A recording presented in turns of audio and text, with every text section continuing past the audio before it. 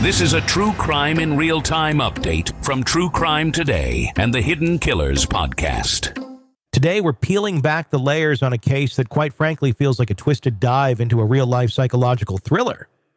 I'm Tony Brueski.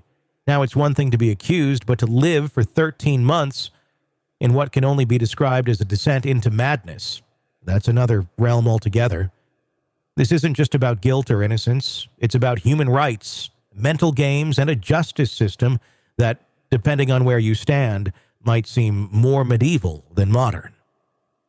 Accounts from the courtroom comes from one of our lead contributors, Bob Motta, from the podcast Defense Diaries, who has been in the courtroom every day. You see, Richard Allen, a man accused of unspeakable crimes, has been locked away under conditions that would break even the most hardened individuals. Solitary confinement, lights burning bright 24/7, never dimming. A relentless invasion of his psyche, constant video surveillance, stripping him of even the most basic semblance of privacy. His own space, a barren, claustrophobic cell, became his tormentor. And yet, through it all, he maintained his innocence, sometimes even to the disbelief of those who were supposed to help him. But the plot thickens when Dr. Walla steps into the frame. An experienced therapist, perhaps, but one whose interests in this case run deeper than professionalism. As it turns out, Dr. Walla wasn't just treating Richard Allen, she was consuming everything about his case. Engaging with true crime podcasts, listening to the theories, reading group discussions online, even going so far as to use restricted databases to learn more.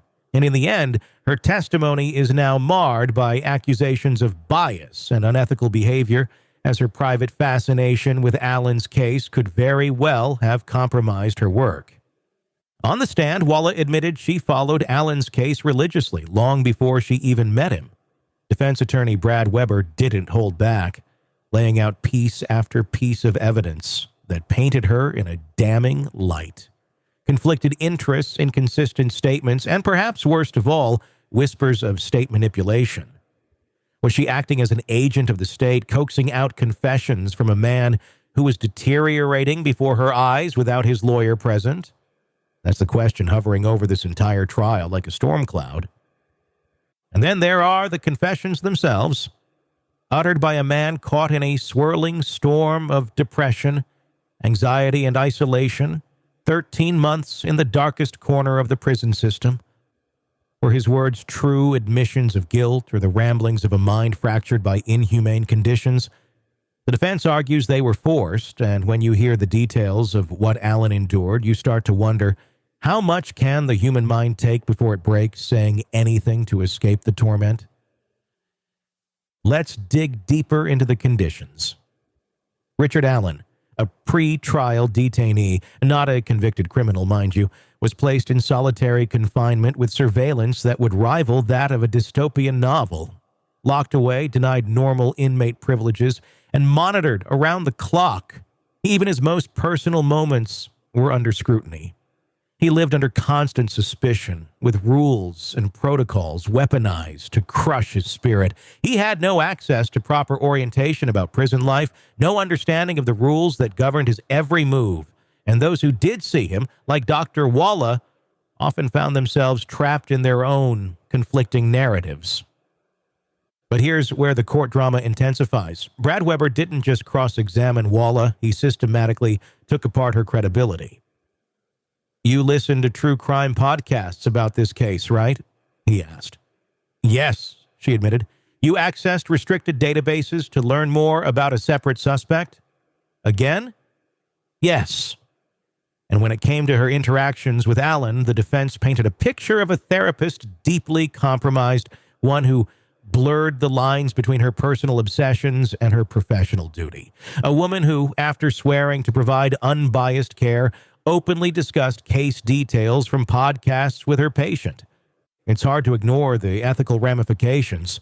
Was Walla inadvertently planting seeds of confession or even paranoia into Allen's mind, knowing what she knew from her off-duty true crime deep dives? Could her professional assessments be trusted, especially when she had publicly engaged with the case on social media and in crime groups.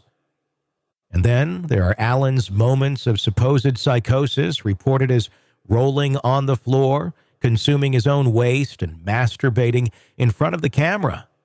Dr. Walla claimed he might have been feigning these symptoms, but under cross-examination, she admitted the lines between real and acted psychosis blurred in a man treated like a caged animal. Allen's behavior, erratic and shocking, was also marked by brief moments of lucidity, leading to jury questions. Could someone switch in and out of psychotic states so quickly? Walla's hesitant answers left the room questioning everything. The defense drilled down on Allen's fragile mental state. Solitary confinement for 13 months is a recipe for psychological disaster, especially for a man with a history of major depressive disorder.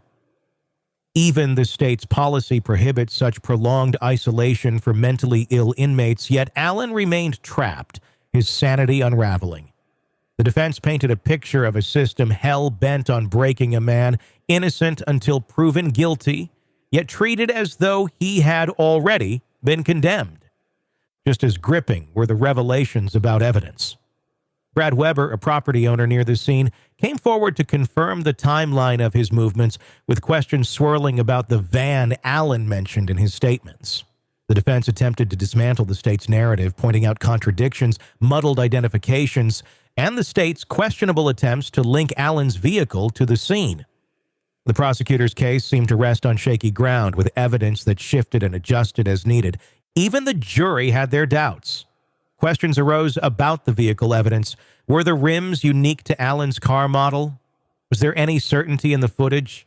The defense's relentless pursuit of every inconsistency created a growing unease. How much of the case was built on assumptions and circumstantial evidence? But let's not forget the most unsettling question of all. Why was Richard Allen treated with such extreme measures? What drove the state to subject him to conditions that even convicted murderers rarely experience? As we peel back these layers, we're left wondering if this was a desperate attempt to extract a confession or something even darker, lurking just beneath the surface. And as the state's case comes to a close, the defense gears up to challenge everything. They've subpoenaed witnesses, questioned timelines, and laid bare the brutal realities of Allen's confinement.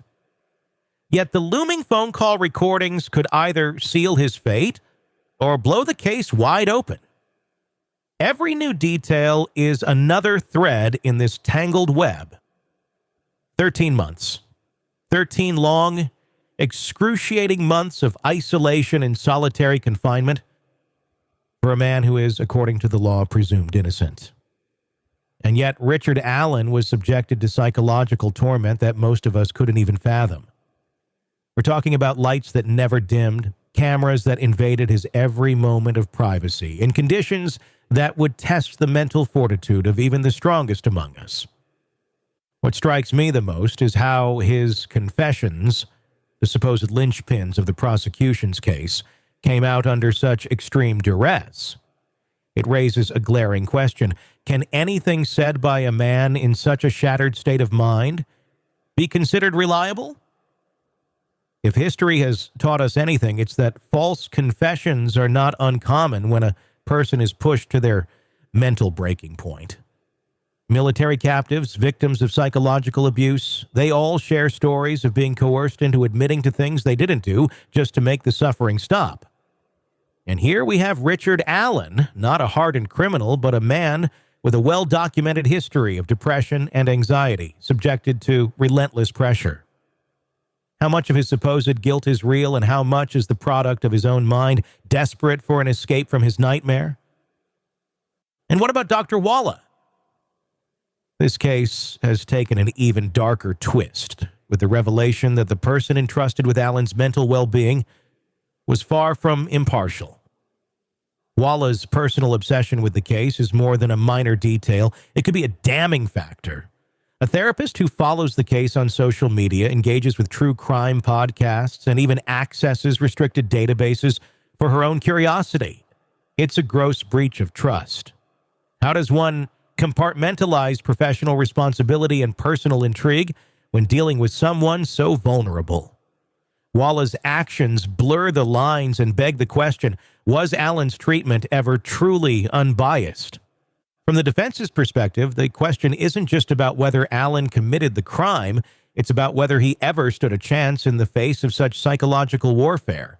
And if Allen's treatment was more about breaking him than helping him, what does that say about the integrity of the entire investigation?